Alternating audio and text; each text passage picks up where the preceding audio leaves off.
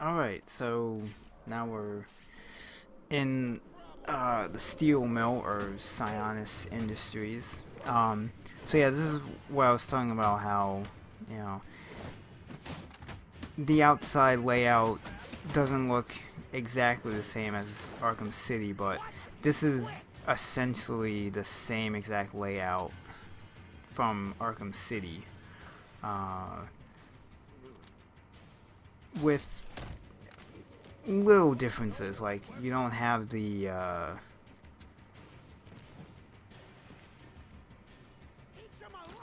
you have the grates there that you would sneak into this place in, but as far I never got the ability to go into those grates like you could in Arkham City. But like the panel that you open the door from Arkham City and the one-armed giant dude drops out from, that's pretty much all laid out the same. So it's a reuse of the design with, I guess, some differences. So, even though Rocksteady didn't make the game, Warner Bros. Montreal obviously used pretty much the identical game layout for some of the map locations. So, but that I would expect that. They want this to look this, like the map layouts and everything. And since it's in Arkham, or in Arkham City, in Gotham City before it became Arkham City, a lot of these structures would be here before this. So the steel mill and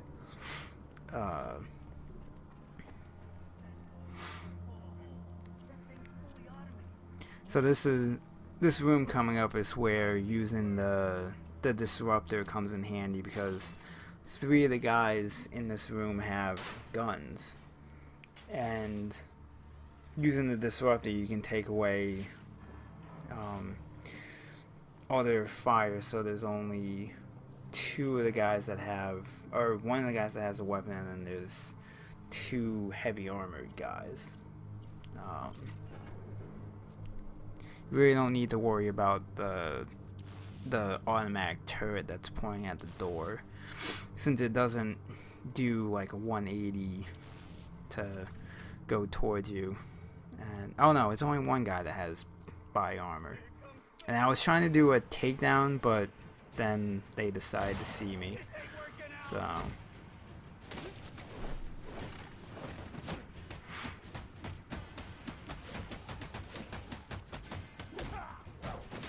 and this is one of those cases where, again, I use the multi takedown to finish this room off really quickly. Boom and boom.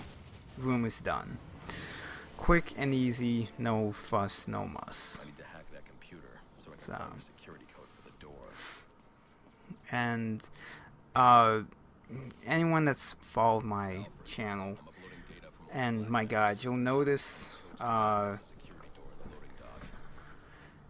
with this guide, being that this game doesn't have like chapters, it's just you go from objective to objective. The length of some of the videos are going to be somewhat longer than what I normally would do on my guides. Like most of my guides, being that they're by like chapters, I'll usually do, at the very most, depending on how long a chapter is, like maybe 9 minutes on a video. But for this game, there's some of these videos are gonna be at least like 15 minutes or so, just because it covers an entire section in the game, except for the Royal Hotel. I have split that one up into 2 parts, otherwise it would have been a 30-minute video. And it for my sake, it was easier to split it in half than to try and do a cohesive 30-minute commentary, which outside of doing like a live playthrough of a game, I don't think I could maintain a proper cohesive commentary for a 30-minute video. So, but coming into this room, this can be one of the annoying fight areas. There's two guys with guns, so it's a good thing to use a disruptor. That way you don't have to worry about their weapons. And thankfully there isn't a weapons crate. There are two fire extinguishers, so I would use both of them right at the start, just so that both groups of guys are completely stunned, so that you can try and take out one of the heavy armored guys, which I was trying to do, but then the riot shield guy decided to be a dick and hit me in the back.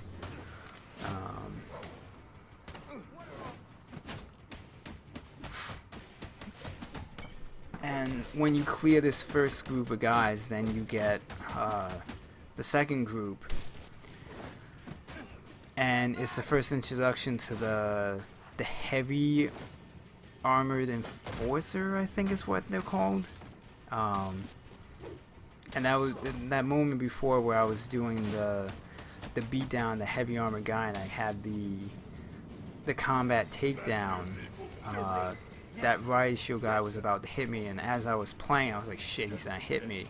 But being that I was in the animation of taking the guy out, his attack didn't do anything to me. So I got pretty lucky there. So these guys are kind of annoying because not only are they like the big guy, but they also have body armor. So when you do a beatdown on them, you have to do it in two stages, because the first stage you just remove their body armor, and you have to go into a second beatdown on them to finish them off. So I would try and use his attacks as much as you can to take out some of these enemies, especially when he does the ground pound attack. He'll occasionally do a kind of like a football attack on you, because he'll actually do like a football command. He'll say like blue 42, and then he'll go into like a running attack on you. But if you can easily jump out of the way of it, but it comes in handy if you try and put a couple of the other enemies in front of you, because he'll just plow right through them, and if you're lucky, depending on how weak they are, it'll usually take them out, so it whittles down the amount of enemies that you're fighting. Oh, the Armored Enforcer Expert, that's what. Or the Armored Enforcer, and so, yeah, those guys can be annoying, but they can be helpful. And then that was me just being a dick. But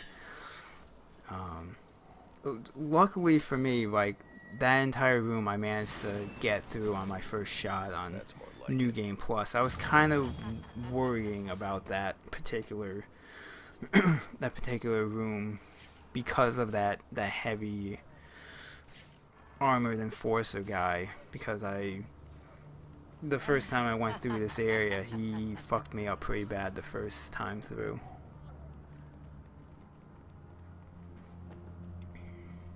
But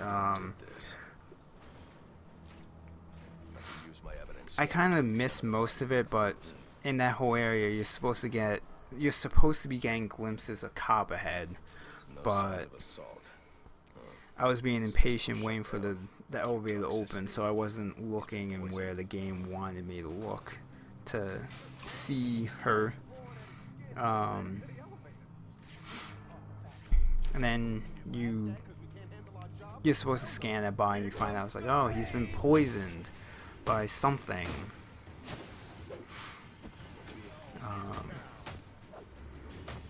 Yeah, that was the game just kind of throwing me off because it had me fly across the room to attack the heavy armor guy, and it fucked up the flow of my combat of my combo. So, but I was able to get it back and use the multi take down those 3 guys. So I was able to recover in that section pretty easily, so I didn't have to be too concerned about taking too much damage.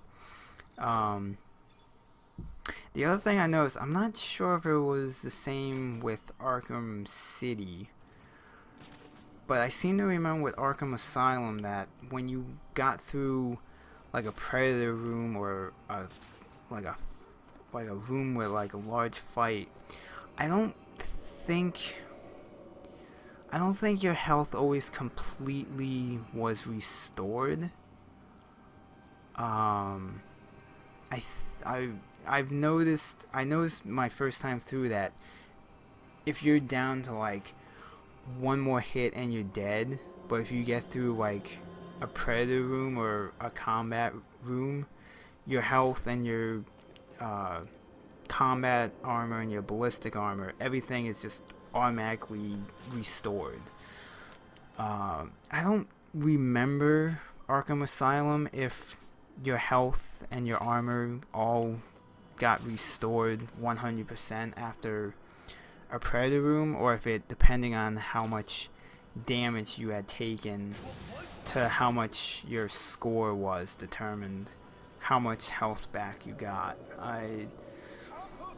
It's not something I really paid attention to, but it was something that I noticed while I was playing through this game the first time, that after every Predator room or combat room, my health and my armor were automatically restored back to 100%.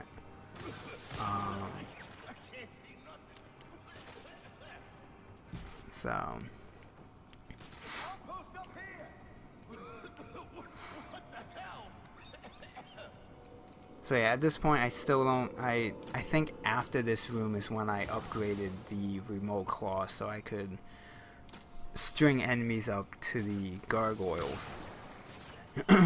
But this is the first point in one of these rooms where I used the attaching 2 enemies together effectively. Like right there, I managed to have them fall high enough where they got knocked out. And I almost got that guy to fall off too, but he kind of got hung up on the guardrail. And I was fucking around a little too long, and I almost got a shotgun blast to the face.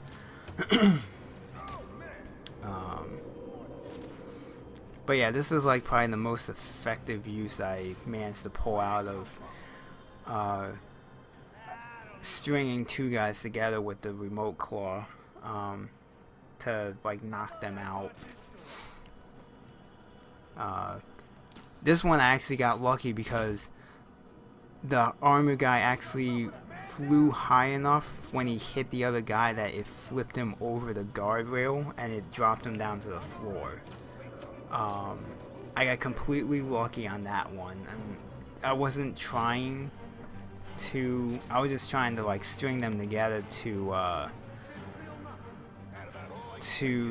knock them down, but it just worked out that the way he hit the other guy, it flipped him over the guardrail and it took him out, which worked out well for me being that he was a heavy armor guy. So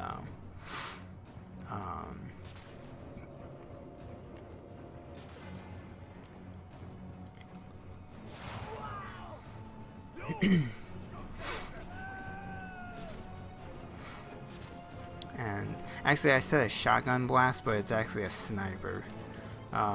This room, that guy, and then there was another one that was a sniper, but they do have shotguns, and one of the times I died in here, they actually destroyed the gargoyle I was standing on.